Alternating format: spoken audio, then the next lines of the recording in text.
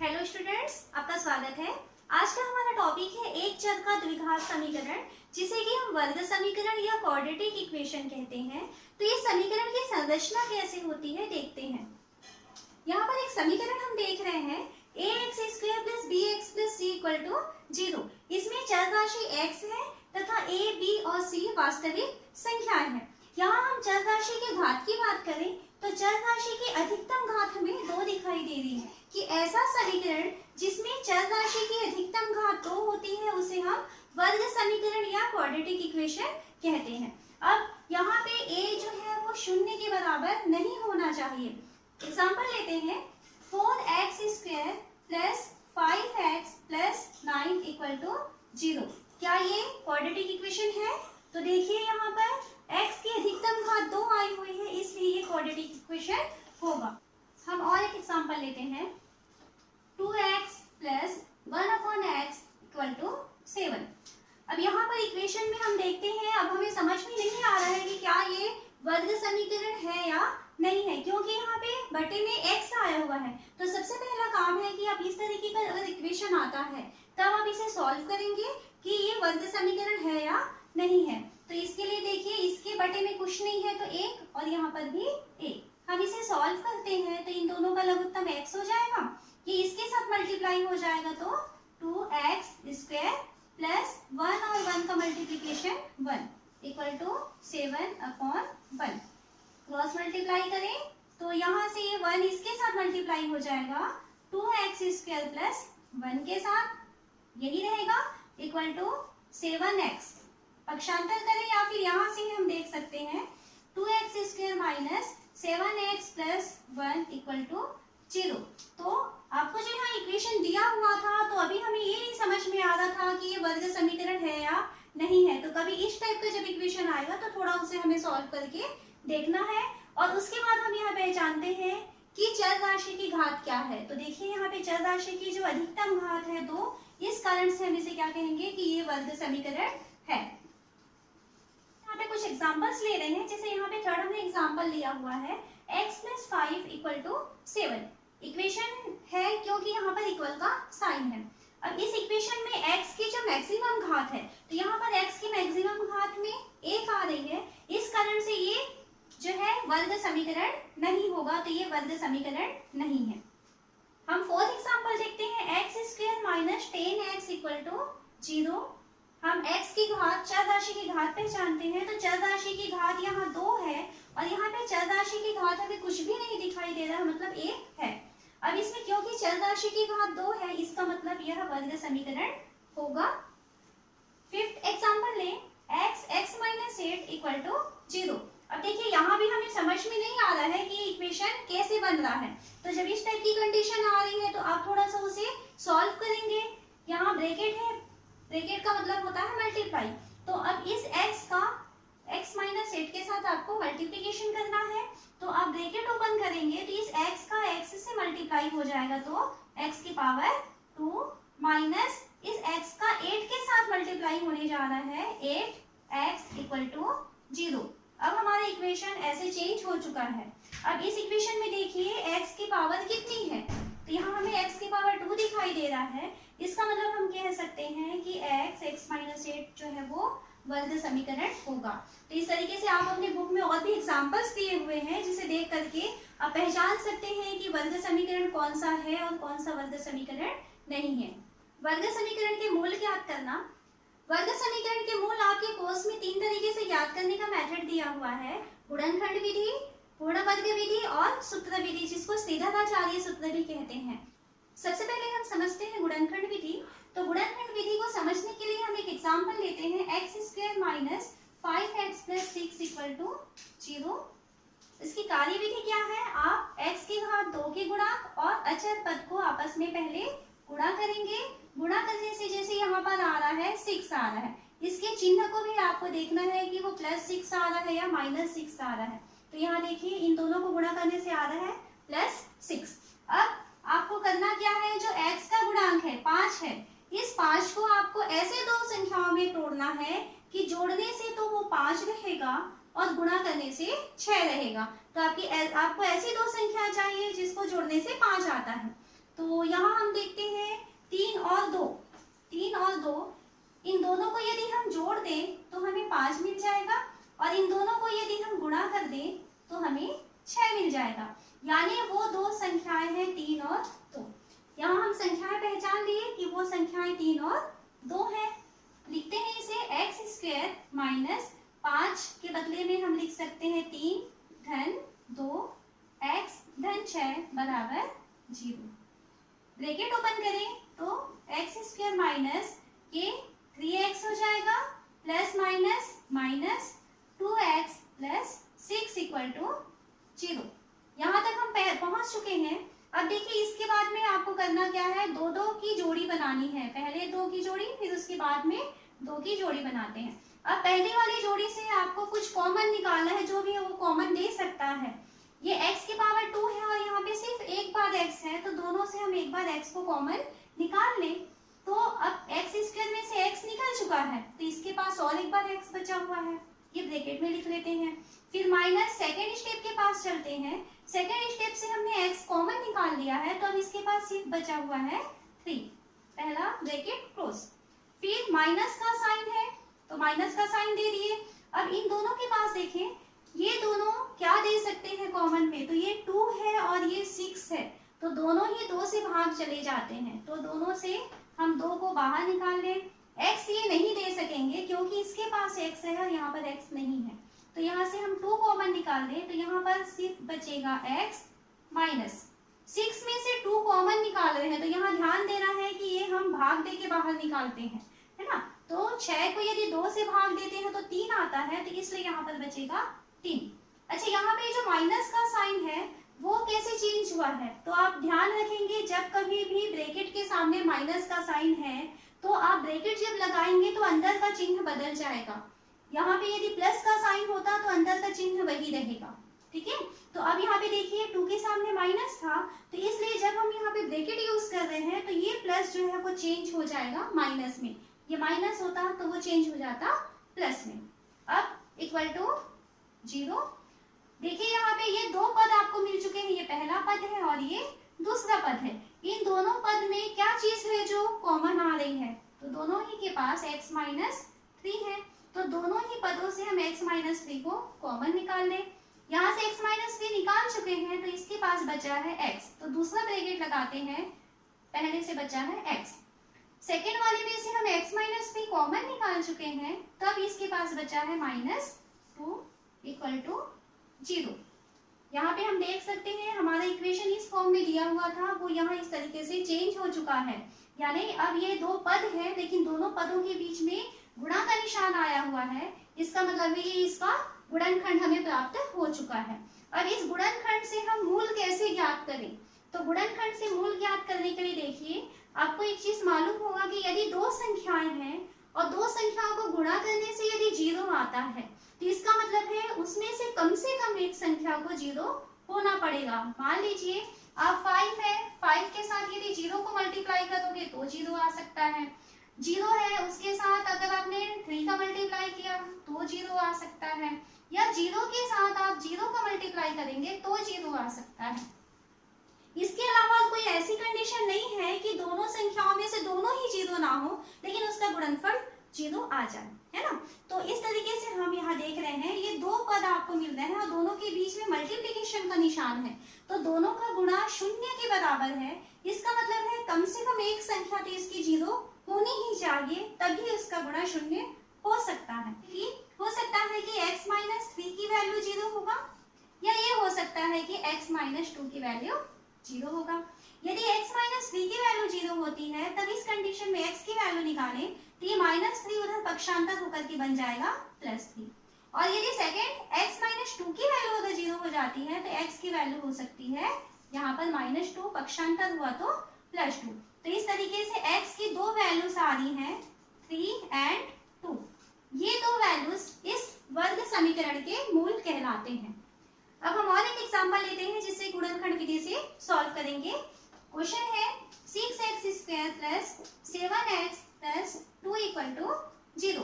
अब इसे गुणनखंड मेथड से सॉल्व करना है, तो देखिए मेथड हम देख चुके हैं, पहले और आखिरी वाले को आप गुणा करेंगे तो 6 और 2 गुणा करने से मिल रहा है हमें 12। अब हमें इसमें चिन्ह भी देखना है कि हमें प्लस मिल रहा है या माइनस मिल रहा है। तो यहाँ 2 के सामने भी प्लस है और 6 के भी सामने प्लस है, तो प्लस और प्लस का गुणा प्लस होता है। तो हमें ये प्लस 12 यहाँ पर मिल चुका है। इसके बाद यदि प्लस का निशान आया है हमारे गुणनफल से, तब उस कंडीशन में आपको बीच वाली संख्या को ऐसे दो भागों में बांटना है कि जोड़ने से बीच वाली संख्या रहे लेकिन गुणा करने से आपको 12 मिल जाए। तो कैसे हम इस संख्याओं को पता कर सकते हैं, उसके लिए तरीका है, आपको 7 चाहिए तो आप इस तरीके से 1 2 3 4 5 6 ऐसे आप लिख लीजिए बढ़ते क्रम में। और क्योंकि जोड़ने से चाहिए तो 1 के सामने आप लिखेंगे, 1 में क्या जोड़ोगे तो 7 आता है ना, तो 1 के सामने 6, 1 और 6 जोड़ने से 7 मिल जाएगा। 2 के सामने 5, तो 6 5 4 3 2 1। इसको घटते हुए आपको आगे लेकर के चलना है। इसका गुणा करेंगे तो 12 देगा। तो हमें पता चला वो दो संख्याएं 3 और 4 हैं। यहाँ पे जब इस कंडीशन में आते हैं तब आपको बीच का जो साइन है वो सेम वही दोनों में देना होता है। देखें इसे, 6x², 3 और 4 आया है और बीच में यहाँ पर चिन्ह है प्लस का, तो plus 3x plus 7 plus 4x, 3x और 4x ये हम लिख लेते हैं, प्लस 2 इक्वल टू 0। तो 7x दो पदों में बढ़ चुका है 3x प्लस 4x में। दोनों के चिन्ह वही देंगे जो यहाँ 7x के सामने में रहेगा। मान लीजिए यहाँ माइनस होता तो दोनों को हम माइनस का निशान देते, प्लस है तो दोनों को आपको प्लस का निशान देना है। कंडीशन याद रखना किसमें, जब आपका मल्टीप्लिकेशन पॉजिटिव आए, उस कंडीशन की हम बात कर रहे हैं। फिर दो दो की जोड़ी बनाइए। पहली जोड़ी से हम देखते हैं 6 है और यहाँ पर 3 है, तो 3 और 6 में से क्या कॉमन निकल सकता है, ऐसी कौन सी संख्या है जो दोनों को भाग दे सकती है। तो दोनों से 3 कॉमन ले सकते हैं हम। x की पावर 2 है और यहाँ सिर्फ x है, तो x एक बार कम से कम दोनों दे सकते हैं। तो अब इन दोनों से हमने 3x कॉमन निकाल लें। 6x² में से 3x कॉमन निकल रहा है तो क्या बचेगा, 6 में से 3 निकल रहा है भाग होके, है ना, तो 3 दूनी 6, तो यहाँ बचेगा 2। x² में से x निकल रहा है तो और एक बार x बचेगा क्योंकि भाग होके निकल रहा है। प्लस का निशान है तो प्लस लगा दिए। 3x में से 3x कॉमन निकाल रहे हैं तो पूरी चीजें बाहर निकल जा रही हैं, पर वो भाग होके बाहर निकल रही है इसलिए एक बचता है प्लस। अब हम इन दो पदों में देखते हैं कि क्या चीज है जो दोनों कॉमन दे सकती है, तो ये 4 है और यहाँ 2, दोनों से हम 2 कॉमन निकाल सकते हैं।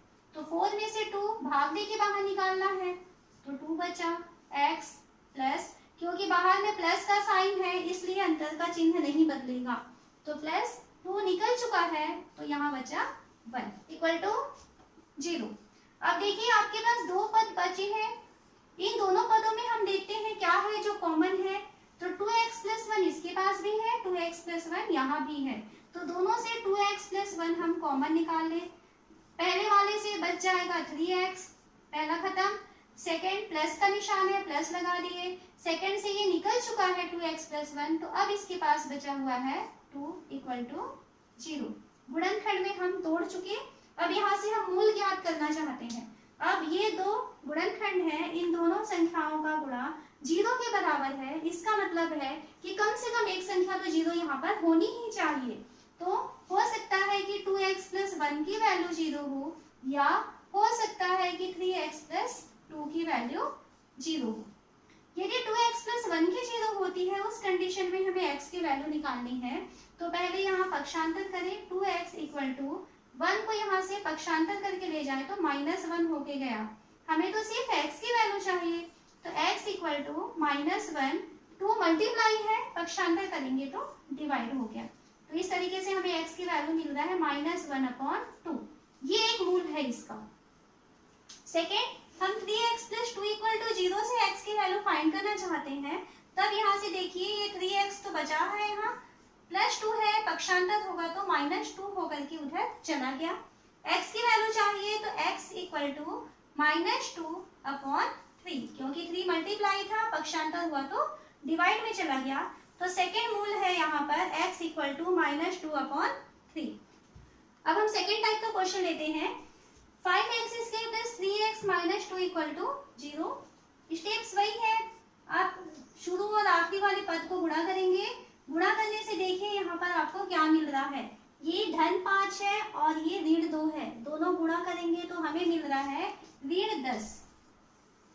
अब कंडीशन चेंज हो चुकी है, गुणा करने से आपको माइनस का निशान आ रहा है, माइनस का निशान आ रहा है। इस कंडीशन में आपको करना क्या है कि बीच वाली संख्या को ऐसे दो भागों में बांटना है जिसे घटाने से बीच वाली संख्या रहे, क्योंकि ऋण का निशान है ना, तो ऋण का निशान है तो ऐसी दो संख्याओं में इसे बांटेंगे कि घटाने से बीच वाली संख्या रहे और गुणा करने से आपको 10 मिल जाए। तो ऐसी दो संख्याएं सोचिए जिसको घटाने से 3 होता है और गुणा करने से 10 होता है। आपको लाना है 3, लेकिन घटाने से 3 आना चाहिए, तो हम 1 से चालू करते हैं। 1 2 3 4 5 इस तरीके से आगे बढ़े। 1 के साथ 3 का अंतर लेकर के हम आगे बढ़े तो कौन सी संख्या आएगी, तो 1 में यदि 3 जोड़ देंगे तो 4 आ जाएगा, तो 4 और 1 का अंतर 3 आता है। फिर इसको आप आगे बढ़ाते हैं, 2 में अगर 3 आगे बढ़ जाएंगे तो 5 हो जाएगा, 3 में आगे बढ़ जाएंगे 3 तो 6 हो जाएगा, मतलब ये बढ़ते हुए चल रहा है। 4 से चालू किए, 4 5 6 7 इस तरीके से हम आगे बढ़ रहे हैं। इसमें अब आपको ऐसा एक पेयर लेना है जिसको अगर आप गुणा करते हैं तो 10 आता है, लेकिन यदि घटाते हैं तो आपको 3 मिलता है।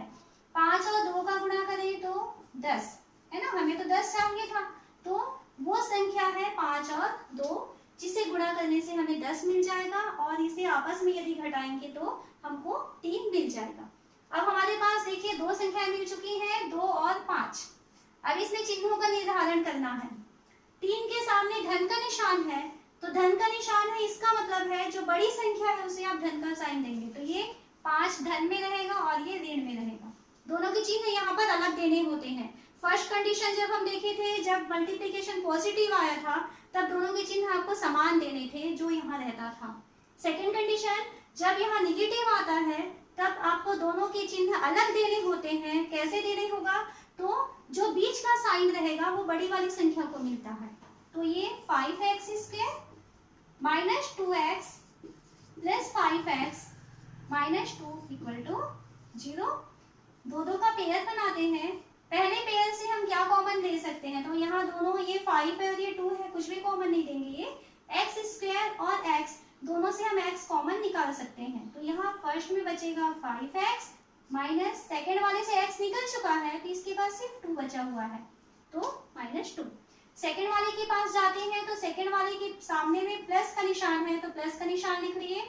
5x और 2 है, दोनों में से हम कॉमन निकालने की कोशिश करें तो कुछ भी कॉमन नहीं निकलने वाला, तो जब कुछ भी नहीं निकल रहा है उस कंडीशन में हम 1 निकालते हैं।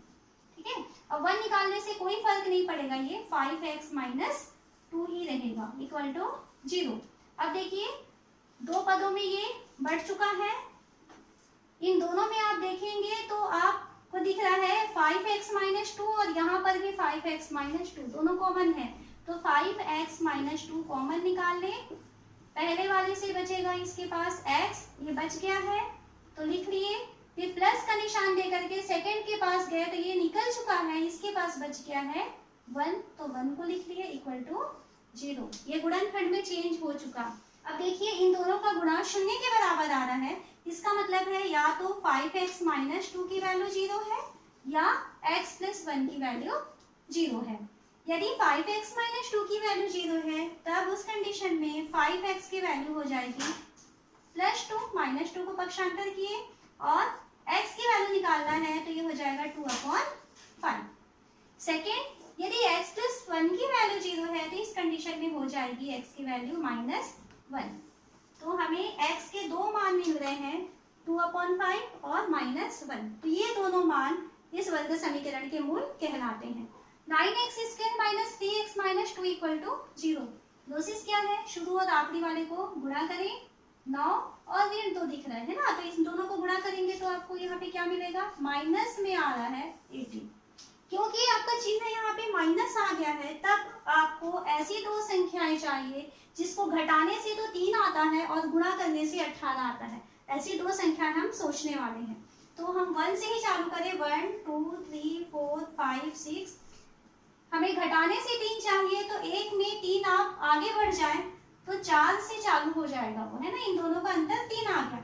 अब इसे भी आप आगे बढ़ाते जाएं, 4, 5, 6, 7, 8, 9। अब ये सब हमारे पास मिल चुका है। इसमें से हम देखेंगे कौन सी ऐसी जोड़ी है जो गुणा करने से 18 देता है। 6 दिया 18, तो ये देखिए 3 और 6, 3 और 6 का अंतर 3 आता है और इसका गुणा करने से 18 आता है।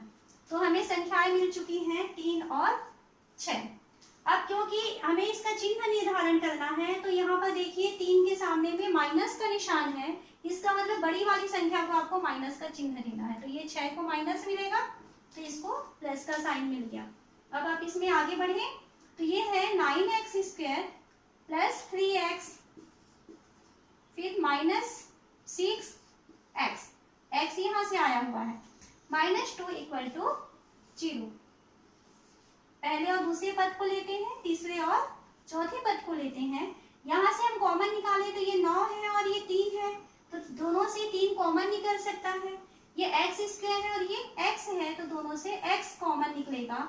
तो 9 में से 3 निकल चुका, तो ये भाग दे के निकलता है ना, 6 नहीं बचेगा यहाँ पर, क्योंकि 9 से आपको 3 को भाग दे के निकालना है।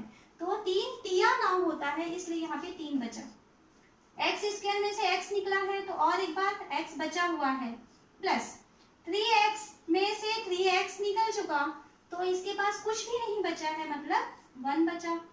माइनस सेकंड पद के पास जाते हैं, तो ये 6 और ये 2, तो दोनों ही 2 से भाग जाते हैं। दोनों का जो महत्तम समापवर्तक है वो 2 है, तो हम दोनों से 2 कॉमन निकाल लें, तो 6 में से 2 आप भाग दे के बाहर निकालेंगे, तो 2 तिया 6, यानी इसके पास बचा 3x बचा हुआ है। क्योंकि ब्रैकेट के सामने हमने माइनस का चिन्ह रखा हुआ है, इसलिए इस ब्रैकेट के अंदर का चिन्ह बदल जाएगा। तो ये माइनस है, तो ये हो जाएगा प्लस। 2 में से 2 निकल चुका है, तो कुछ भी नहीं बचा, मतलब 1 इक्वल टू 0। यहाँ देखिए, यहाँ भी 3x प्लस 1 है और यहाँ भी 3x प्लस 1 है, तो दोनों से 3x प्लस 1 को हम एक बार लिख लेते हैं, 3x प्लस 1। अब इसमें से 3x प्लस 1 हम निकाल चुके, तो अब इसके पास बचा हुआ है 3x। दूसरे पद के पास चले, ये निकल चुका है, तो ये इसके पास बचा है -2 इक्वल टू 0। अब ये गुणनखंड में बदल चुके हैं। अब गुणनखंड में बदले हैं, तब हमारे पास 2 चीजें हैं, 2 शर्तें हैं। हो सकता है कि 3x प्लस 1 की वैल्यू 0 हो, या हो सकता है कि 3x माइनस 2 की वैल्यू 0 हो। इसमें से कम एक की वैल्यू को 0 होना ही चाहिए, या तो दोनों ही 0 हो जाए। 3x की वैल्यू हो जाएगा +1 है, पक्षांतर करेंगे तो -1। x की वैल्यू चाहिए, तो x की वैल्यू हो जाएगा -1/3। ये एक आंसर हो गया। सेकेंड, अगर मान लीजिए 3x माइनस 2 की वैल्यू 0 आ रही है, तो 3x की वैल्यू हो जाएगी -2, उधर चला गया तो +2, या x की वैल्यू है तो x की वैल्यू हो जाएगी 2/3। ये सेकेंड वैल्यू है x की। तो x की 2 वैल्यूज आ रही हैं, -1/3 एंड 2/3। ये दोनों वैल्यूज इस समीकरण के मूल हैं, यही इसके मूल कहलाते हैं। तो अभी हम 2 टाइप के सिचुएशन पढ़े। पहले सिचुएशन में हुआ था, जैसे हमने एग्जांपल दिया था, 3x square minus 5x plus 2 equal to 0। इस टाइप का एक सिचुएशन था, जिसमें शुरू और आखिरी वाले को गुणा करने पर आपको प्लस मिलेगा। सेकेंड टाइप का कंडीशन हो सकता है कि 3x square minus 5x minus 2 equal to 0। ये कंडीशन है। यहाँ पे शुरू और आखिरी वाले को यदि आप गुणा करते हैं, तब आपको ये -6 मिलेगा। यहाँ पर यदि आप गुणा करेंगे तो +6 मिलेगा। दोनों एक ही टाइप के क्वेश्चन है, लेकिन आपको दिखने में एक जैसा लग रहा है, लेकिन यहाँ पे आप अंतर देखिए कि यहाँ पे अगर आप शुरू और आखिरी वाले को गुणा करते हैं तो प्लस का निशान है, यहाँ शुरू और आखिरी को गुणा करते हैं तो माइनस का निशान है। क्या अंतर आएगा इससे?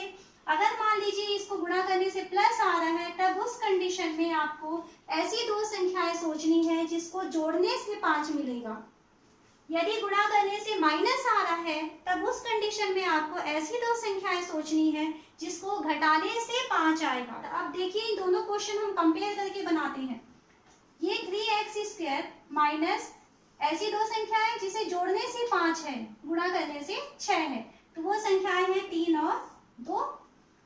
क्योंकि माइनस का चिन्ह है तो दोनों को माइनस का निशान मिलेगा, तो -3x और -2x, ये 5x ऐसे बदल चुका है। और आगे हम इसे लिख लेते हैं +2 = 0। सॉल्व करें, कॉमन निकालते हैं तो दोनों से 3x कॉमन निकल गया, तो देखिए यहाँ पे 3x निकल चुका, क्या बचेगा x, -3x निकल चुका, तो कुछ भी नहीं है, इसका मतलब है यहाँ पर 1।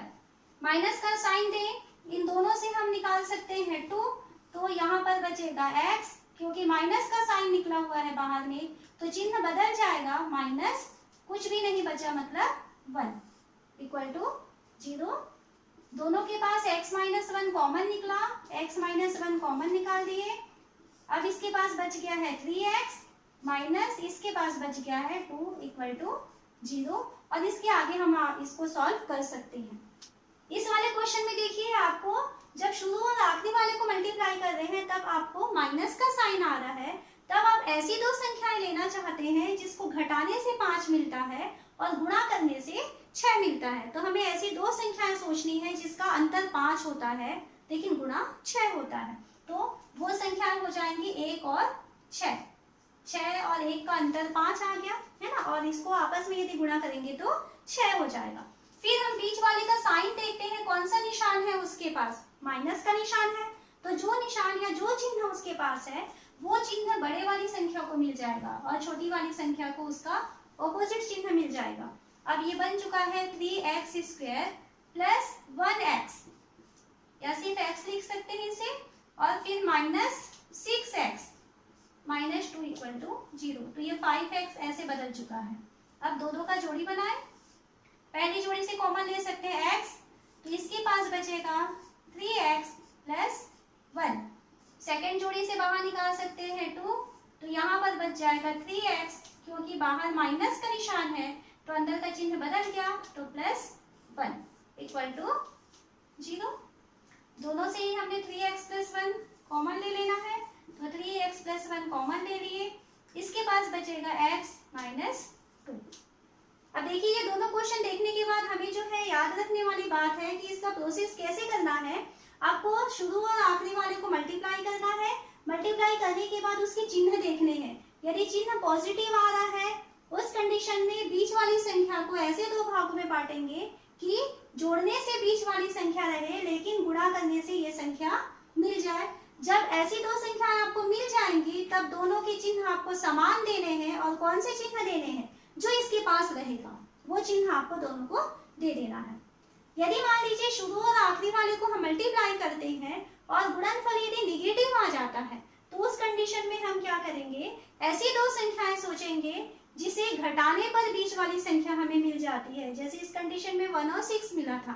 अब हमें उन दोनों को समान चिन्ह नहीं देना है, हम उन दोनों को अलग अलग निशान देने वाले हैं, अलग अलग चिन्ह देने वाले हैं। तो क्या होगा, जो बीच वाली संख्या का चिन्ह होगा वो बड़ी संख्या को मिल जाएगी और उसका जस्ट ऑपोजिट हमको छोटी वाली संख्या को चिन्ह देना है। यहाँ दोनों के चिन्ह अलग होते हैं और आगे फिर उसको वैसे ही सॉल्व करना है। तो आप लोग और बुक से क्वेश्चन ले लेंगे और उस क्वेश्चन को सॉल्व करके इसको अच्छे से प्रैक्टिस करेंगे इस मेथड की। Thank you.